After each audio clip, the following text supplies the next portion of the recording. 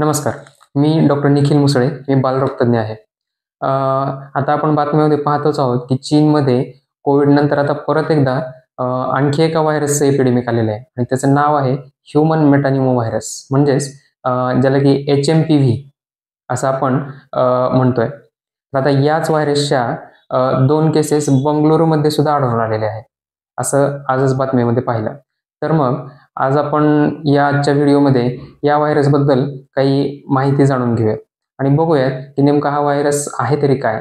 हा व्हायरस पसरतं कसं? या व्हायरस पासून धोका कुणाला आहे? आणि ह्या व्हायरसची लक्षणं काय आहेत?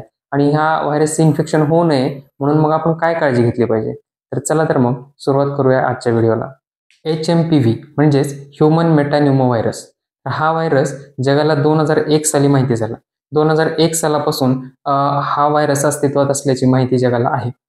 तर हा व्हायरस पसरतो कसा ते आता आपण पाहूयात. आता ह्यूमन मेटान्युमो व्हायरस ह्याचे जे HMPV ह्याचे जे इपिडेमिक्स आहेत ते ॲन्युअल इपिडेमिक्स असतात. म्हणजे दरवर्षी त्याची साथ येते. तर ती कधी येते?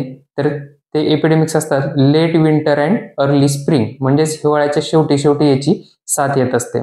वार्षिक साथ येत असते. तसेच स्पोरॅडिक इन्फेक्शन म्हणजेच अधूनमधून तुरळक इन्फेक्शन सुद्धा याचे दिसून येतात. तर याचं इन्फेक्शन होतं कसं? तर याचं इन्फेक्शन होतं ते रेस्पिरेटरी ड्रॉपलेट्समधून. म्हणजेच हा मूळतः एक रेस्पिरेटरी व्हायरस आहे. म्हणजे श्वसन मार्गाचा संसर्ग करणारा हा व्हायरस आहे. ठीक आहे. त्यामुळे श्वसन मार्गाचे जे स्त्राव आहेत म्हणजे सर्दी, खोकल्याचे जे स्त्राव आहेत त्या स्त्रावातून याचं ट्रान्समिशन होतं.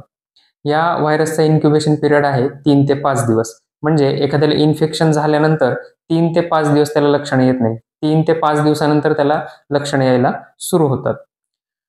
या व्हायरसचं ट्रान्समिशन हे रेस्पिरेटरी ड्रॉपलेट्समधून होत असल्यामुळं direct person to person contact म्हणजेच एखाद्याला सर्दी खोकला आहे आणि तो गर्दीमध्ये किंवा इतरांच्या संपर्कामध्ये शिंकला, खोकला तर त्याच्या श्वासातून किंवा शिंकेतून, खोकल्यातून निघणाऱ्या सिक्रिशन्सच्या फवाऱ्यामुळं तो इतरांना डायरेक्ट पोहोचू शकतो.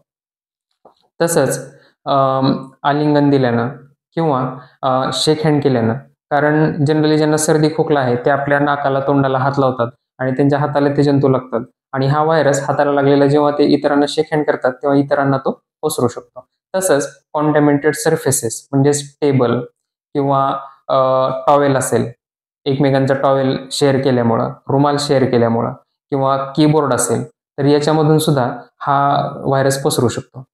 तसंच HMPVचा संसर्ग झाल्यानंतर लक्षणं काय येतात ते आपण पाहूया. तर HMPV हा रेस्पिरेटरी व्हायरस असल्यामुळं श्वसन मार्गाशी संबंधित याची लक्षणं आहेत.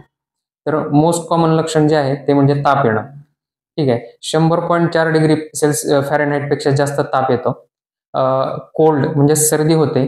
कोरायजा म्हणजेच नाक वाहायला लागतं. तसेच कफ म्हणजेच खोकला येणं आणि काही प्रमाणात फॅरेंजायटिस म्हणजे घसा खवखवणं ही याची लक्षणं आहेत.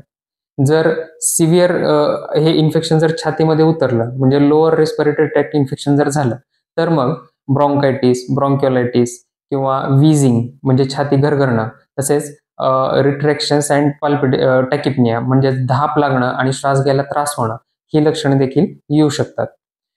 या आजाराचं आणखी एक कॉम्प्लिकेशन आहे ते म्हणजे ओटायटिस मीडिया. म्हणजेच जर HMPVच्या इन्फेक्शनमुळे सर्दी झालेली असेल तर मग अशा पेशंट्सना जरी हा नाकापुरताच मर्यादित राहिला व्हायरस तरी सुद्धा कानामध्ये इन्फेक्शन जाऊन कानात पाणी होऊ शकतं, कान फुटू शकतो. यालाच आपण ओटायटिस मीडिया असं म्हणतो.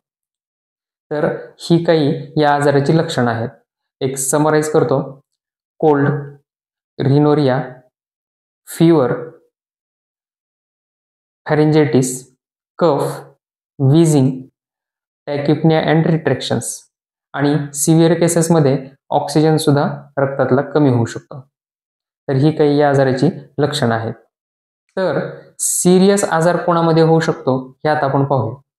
तर सिरियस जनरली HMPV व्हायरसमुळे होणारा आजार हा ॲडल्ट्समध्ये म्हणजे मोठ्यांमध्ये आणि बऱ्याचशा यंग चिल्ड्रन्स म्हणजे लहान मुलांमध्ये देखील फार माइल्ड इलनेस होतो.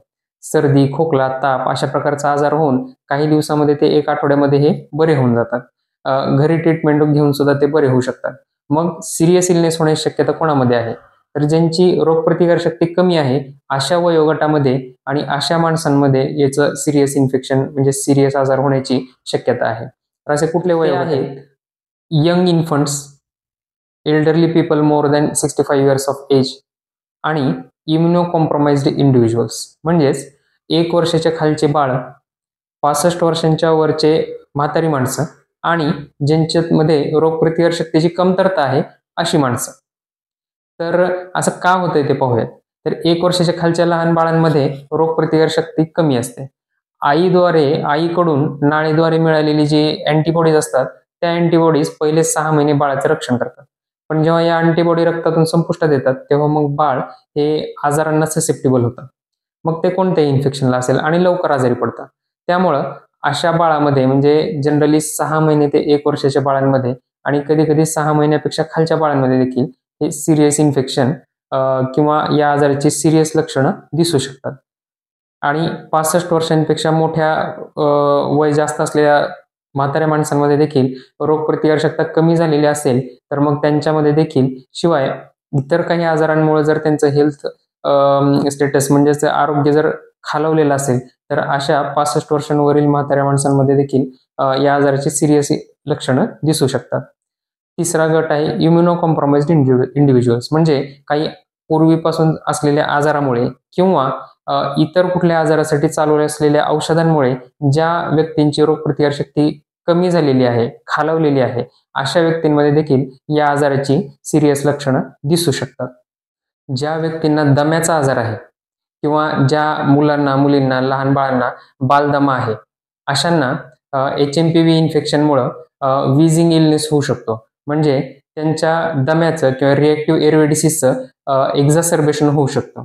त्यांची धाप वाढू शकते आणि हॉस्पिटलमध्ये ॲडमिट करून त्यांना ऑक्सिजन लावायची देखील गरज पडू शकते. त्यामुळे ज्यांच्या बाळांना, पाल्यांना पोटातला येण्याचा म्हणजेच बालदम्याचा आजार आहे त्यांनी आपल्या बाळांची, आपल्या पाल्याची काळजी घ्यावी. HMPVचा संसर्ग होण्यापासून टाळण्यासाठी काय करावं? तर HMPVचा संसर्ग होऊ नये म्हणून जशी प्रिकॉशन आपण कोविडच्या पॅन्डेमिक दरम्यान घेतली होती तशीच प्रिकॉशन आताही घ्यायची. याचा अर्थ की जर सर्दी खोकला झाला असेल तर मग अशा व्यक्तींनी घरामध्ये देखील वेगळ्या रूममध्ये राहावं किंवा बाहेर गर्दीच्या ठिकाणी जाणं टाळावं. घरातल्या लोकांनी एकमेकांचे टॉवेल्स, रुमाल अशा वस्तू शेअर करणं टाळावं. सतत चेहऱ्याला हात लावू नये. दिवसातून 3-4 वेळा तरी साबणाने हात स्वच्छ धुवावेत. तसंच जर सर्दी खोकला आपल्या घरातल्या पाल्यांना, लहान मुलांना झाला असेल तर त्यांना पाळणा घरामध्ये किंवा शाळेत पाठवू नये. ते बरे होईपर्यंत त्यांना घरीच ठेवावं. तसेच जर घरात एखादं लहान बाळ असेल तर लहान बाळाला 1 वर्षाच्या खालचं बाळ ज्यांच्या घरात आहे तर अशा व्यक्तींनी काय काळजी घ्यायची? तर जर घरातल्या इतर व्यक्तींना किंवा मुलांना, मुलींना जर सर्दी खोकला ताप आलेला असेल तर त्यावेळी त्या बाळापासून त्यांना लांब ठेवायचं. जर आईलाच जर सर्दी खोकला झाला असेल तर मग अशा वेळी आईला आणि बाळाला वेगळं ठेवण्याची गरज नाही. फक्त आईने कोपरापासून साबणाने हात स्वच्छ धुवायचे, तोंडाला मास्क लावायचा किंवा रुमाल लावायचा आणि मगच बाळाला घ्यायचंय. बाळाला फिडिंग ती ॲज युज्युअल नेहमीप्रमाणे फिडिंग देऊ शकते किंवा दूधही पाजू शकते. तर या काही प्रिकॉशन घेतल्या तर आपण HMPVचं ट्रान्समिशन म्हणजे प्रसार थांबवू शकतो. जर HMPVचं इन्फेक्शन झालं तर त्याला काही स्पेसिफिक ट्रीटमेंट आहे का? तर नाही. स्पेसिफिक असं कोणतंही औषध या HMPV व्हायरस विरोधात सध्या तरी नाहीये. तसेच कोणतीही लसही नाहीये. तर या HMPV व्हायरसच्या आजारासाठी आपण फक्त सपोर्टिव्ह ट्रीटमेंट देतो. आणखी एक गोष्ट आपण करू शकतो की सेल्फ मेडिकेशन टाळायचं. जर कोणालाही सर्दी, खोकला असेल, ठीक आहे, आणि त्यातल्या त्यात जर दम्याची हिस्ट्री असेल तर त्यांनी निक्षून सेल्फ मेडिकेशन म्हणजे मनाने औषध घेणं, पूर्वी डॉक्टरांनी सर्दी खोकल्यासाठी दिलेले जुन्या प्रिस्क्रिप्शनवरचे औषधं परस्पर मेडिकलमधून घेऊन खाणं, या गोष्टी टाळायच्या. तसेच मेडिकलमध्ये जाऊन तात्पुरती सर्दीची एखादी गोळी, अंगदुखीची एखादी गोळी खाऊन आजार अंगावर काढणं किंवा पुढे ढकलणं हे टाळायचे, जेणेकरून हा आजार वाढणार नाही. तर ही होती HMPV या व्हायरसबद्दल आणि त्याच्या आजाराबद्दल काही बेसिक माहिती. तर शेवटी सांगायचं एवढंच की घाबरून जाऊ नका, पण तुमची, तुमच्या बाळाची आणि तुमच्या घरातील वयस्कर माणसांची काळजी घ्या. धन्यवाद.